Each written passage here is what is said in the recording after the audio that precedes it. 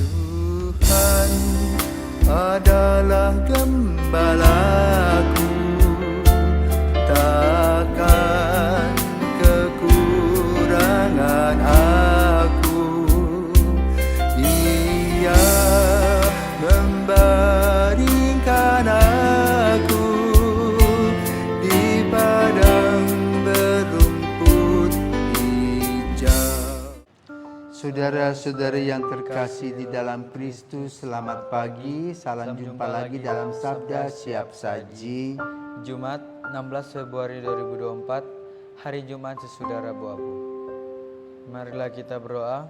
Dalam nama Bapa dan Putra dan Roh Kudus. Amin. Allah Bapa Maha Kudus, persembahan yang Kau kehendaki ialah jiwa yang hancur. Begitupun hati yang remuk redam tidak akan Kau pandang hina. Ajarilah kami berpantang dan berpuasa, dan rela berbuat amal serta saling membantu sebagai putra dan putri pengantara Tuhan kami, Yesus Kristus Putramu, yang hidup dan berkuasa bersama Dikau dalam persatuan Roh Kudus, Allah sepanjang segala masa. Amin. Tuhan bersamamu dan bersama rohmu. Inilah Injil Yesus Kristus menurut Matius. Dimuliakanlah Tuhan. Matius 9 ayat 14 sampai dengan 15. Sekali peristiwa datanglah murid-murid Yohanes kepada Yesus dan berkata, "Mengapa kami dan orang Farisi berpuasa tetapi murid-muridmu tidak?" Jawab Yesus kepada mereka, "Dapatkah sahabat-sahabat mempelai laki-laki berduka cita selama mempelai itu bersama mereka?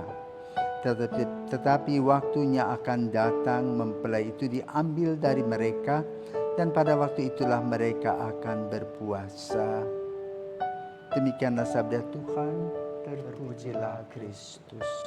Selamat pagi Romo. Pagi Rio. Pada hari ini Injil mengisahkan tentang hal berpuasa.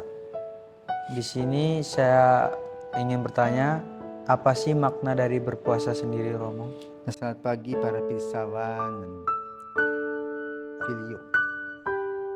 Puasa, fasting, mengencangkan diri. Puasa ini dipopulerkan oleh Musa dengan satu tujuan agar orang tidak rakus.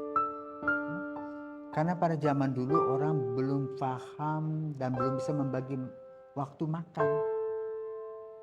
Dapat makan, dapat makan. Begitu. Kadang-kadang tidak ada makan. Nah, maka lalu itulah disebut puasa. Jadi pemeliharaan ternak tidak seperti sekarang diternakan, tapi mereka kebanyakan berburu, mencari. Karena itu Musa membuat tata aturan supaya apa? Hidup manusia ini betul-betul terarah, teratur. Baik secara jasmani, rohani, dan imani. Maka dibuatlah aturan-aturan puasa.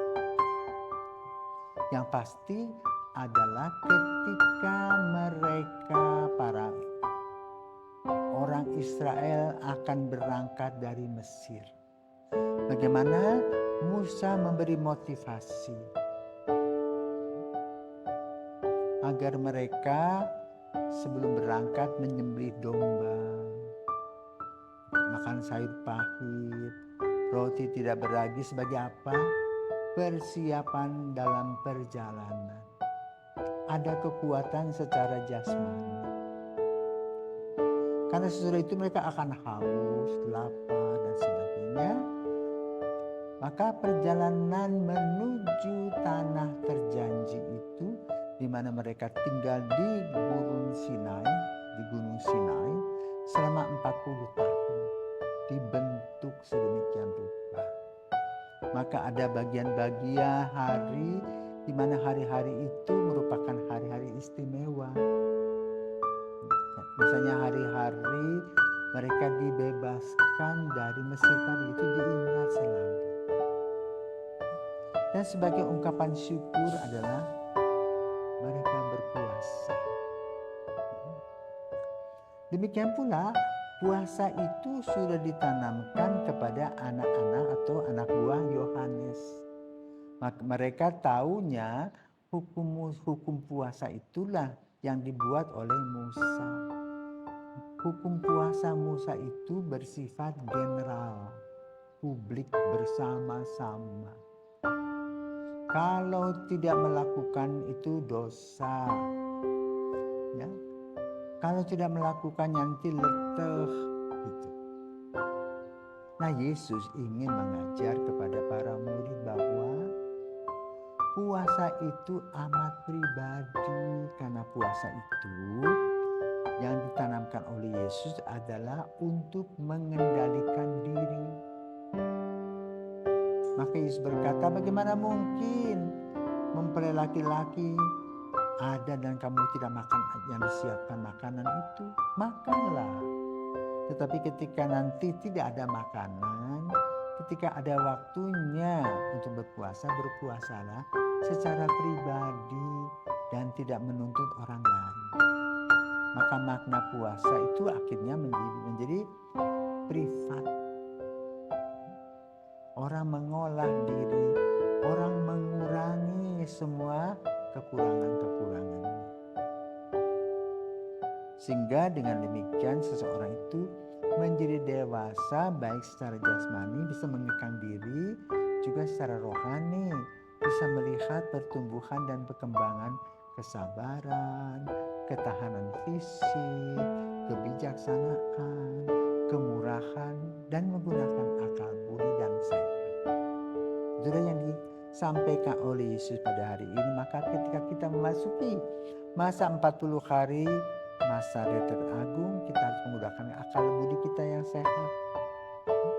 Bahwa secara pribadi kita harus mengolah diri, mengurangi segala keburukan-keburukan dalam kehidupan dan langkah-langkah kita, dan membiarkan Roh Kudus masuk di dalam hati kita sehingga kita diolah menjadi orang-orang yang baik, orang-orang yang bijaksana, orang-orang yang rendah hati, orang-orang yang murah hati, penuh dengan cinta kasih. Selamat pagi, Tuhan memberkati.